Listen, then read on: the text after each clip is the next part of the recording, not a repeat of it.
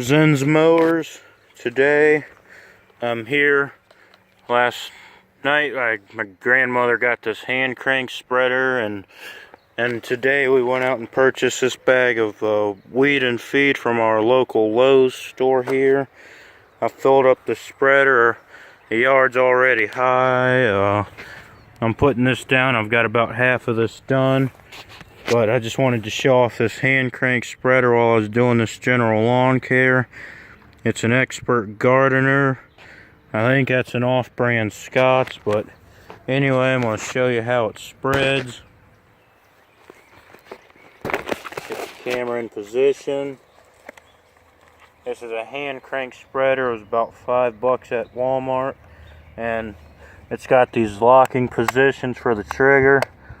That's your lock, and then it's like 6 positions, and then there's a door behind the trigger that opens and releases these stuff. So, and then I just hand crank.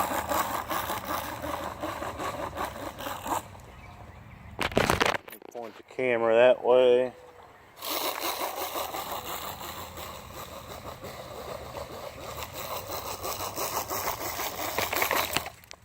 Sorry if I was hitting the camera.